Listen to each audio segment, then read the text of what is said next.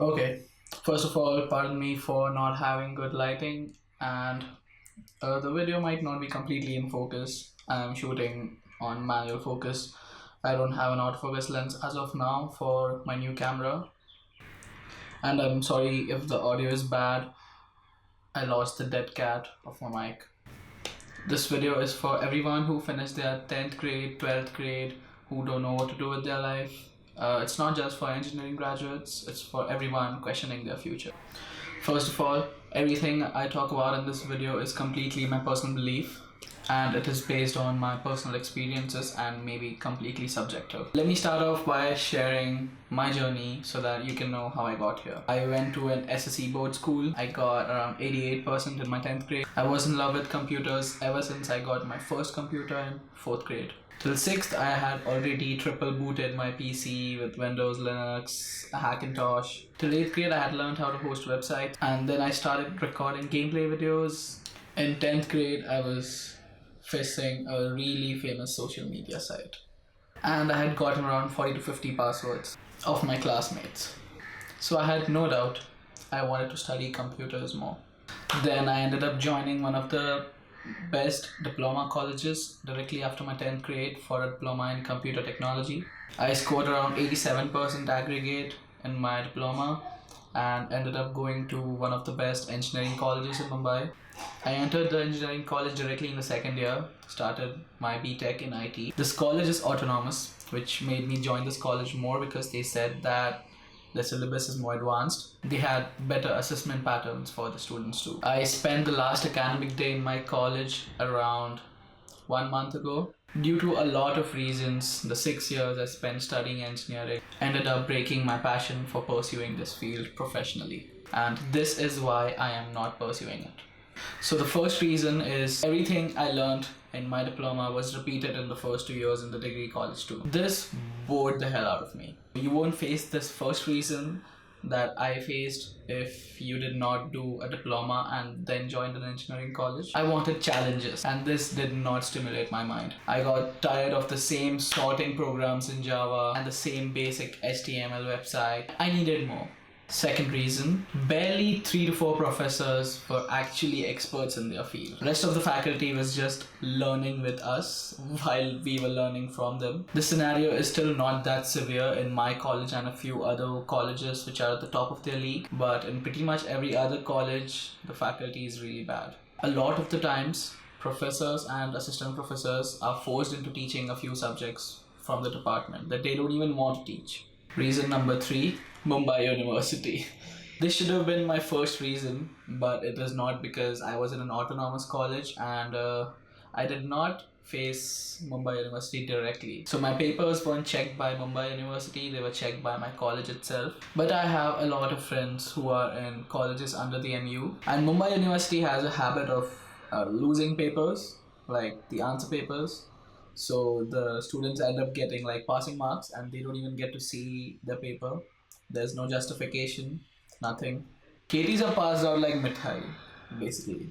There are a lot more things that I could talk about that MU does, but I don't want to be prosecuted, so. Reason 4, the syllabus is still not up to date. Even when they're teaching modern technologies, they're teaching it on such low detail that I could learn better on YouTube, trust me. The world of technology moves really fast, but MU changes their syllabus every millennia or so. Pretty much all the colleges are focusing on is 75% attendance. They don't realize that it would be 100% if they did their job right. They wouldn't have to force us to come. Apart from all of this, I was taking pictures since I was in 8th grade. I got my first camera when I was around 10 and I never stopped.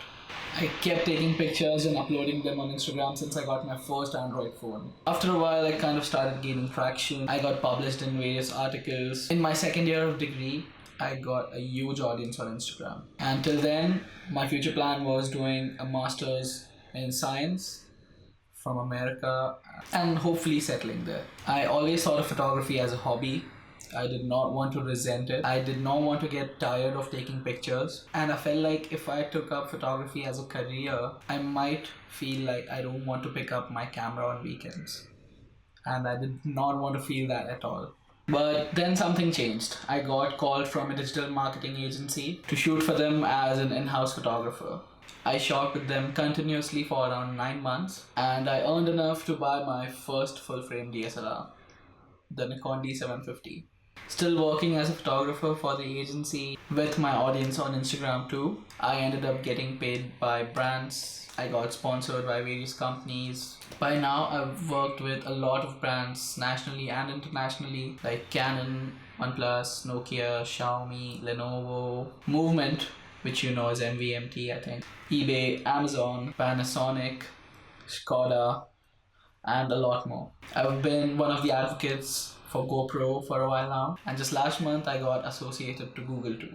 All of this gave me exposure outside my bubble. It helped me realize my self-worth. It helped me gain confidence. It showed me that people actually believed in my work. It made me rethink my decision. I was actually strong enough to just think of, what if I don't actually pursue a career in engineering?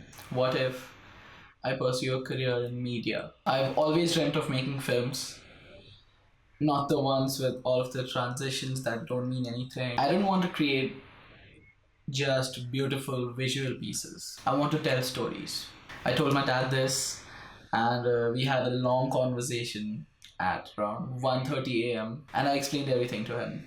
And after an hour, he believed in me. I asked him to give me 1 year after my graduation to figure out what I want to do, to take the next step. 1 year to explore my passion, to try this full time, because I've never actually given it the amount of time that it deserves. I've always done photography and all of this just part time, either with college or with something else.